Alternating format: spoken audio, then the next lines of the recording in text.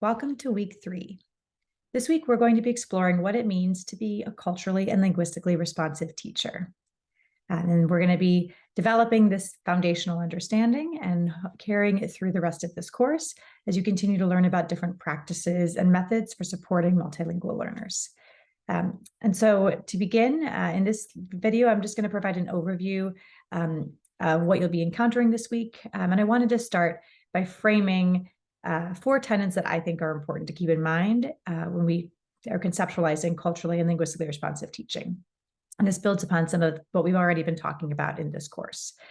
So first, culturally and linguistically responsive teaching is asset-oriented. It sees students for what they bring, not what they lack. Second, it positions the teacher as a learner, in which the teacher is planning instruction by first learning about their students, finding out who students are, what their backgrounds are, what their interests are, who their families are, what they do outside of school, and then designing instruction. And also, importantly, culturally and linguistically responsive teaching deliberately centers the needs and strengths of culturally and linguistically diverse students in all aspects of instruction. So multilingual learners and any minoritized students are at the center of culturally and linguistically responsive teaching. And finally, this approach seeks to dismantle systemic racism and societal inequities, recognizing that teaching is never neutral, and that through teaching, we can help our students to see these societal inequities, to see systemic racism, and then work with them to dismantle it. So those are some of the core tenets of this approach. And in this week, you're going to be reading and viewing different content that will help you to gain a deeper understanding of this concept. So to begin, you're going to be going into the framing section where you'll read a piece, an Education Week article entitled, "What is Culturally Responsive Teaching?" that I think does a really good job of tracing the history of this concept and how it's evolved over time.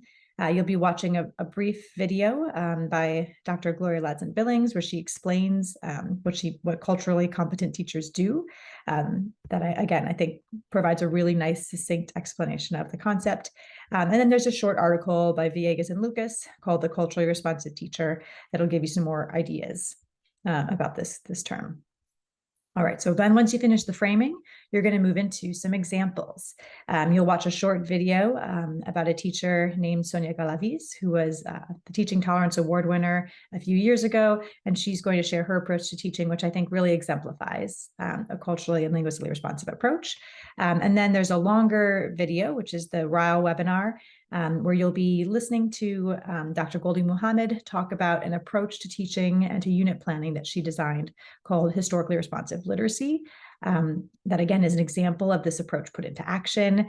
And then you'll be concluding the content by viewing the City University of New York web series on translanguaging.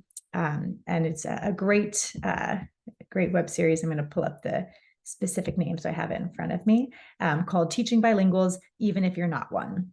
And it's all about different ways that you can design linguistically responsive teaching, even if you don't speak the home languages of your students. And for those of you in bilingual schools, there is one video that shows a teacher who is in a bilingual context. So you can do even more, obviously, if you speak the home languages of your students. But it gives some ideas for strategies of how you can be a linguistically responsive teacher, even without sharing your students' home languages. So that is all the content for this week. I'm not giving any or providing any lecture videos because there's plenty for you to view and to read for this week. So I wanted to just have you focus on the content itself. And then we move into the discussing and applying portion of this week. So you're going to be applying and synthesizing your understandings in 2 ways. First, by engaging with your peers on the discussion forum, answering the question, what is culturally and linguistically responsive teaching? And then, and one thing to note, I did add some APA resources in that section because I noticed some folks were still not using APA correctly, and I wanted to make sure that you know what the format looks like, especially as you move into your final paper and as you continue to engage with the discussion board. So there's a short video and some links if anybody wants a refresher.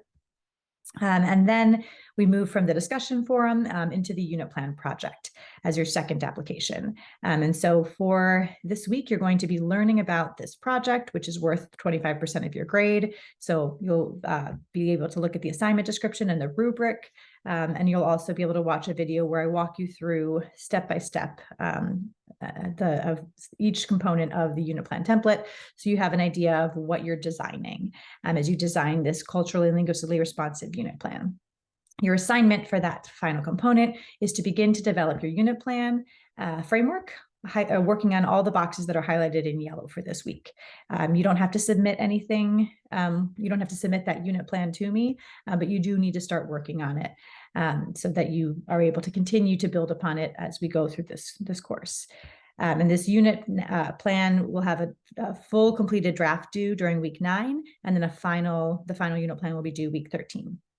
The second assignment that's connected to the unit plan project is that we have a brainstorming discussion forum for the unit plan, where you'll be sharing your ideas of what your focus is going to be for the unit plan, and any questions you have as you start working on the assignment that you want me to be able to answer. And so that's not graded, but it is required. So please make sure you at least put something in the brainstorming to share with your classmates too, of how you're beginning to approach this assignment. So as a reminder, each week is about 6 to 9 hours of content. I didn't put lecture videos in again because I want to make sure that you have the time to engage with all these different viewings and readings and assignments. So I hope you enjoy. It's a topic that is near and dear to my heart, and I think important for all teachers to think about and know about. So I hope you enjoy the content this week and the activities connected to it. And I look forward to seeing you in week 4.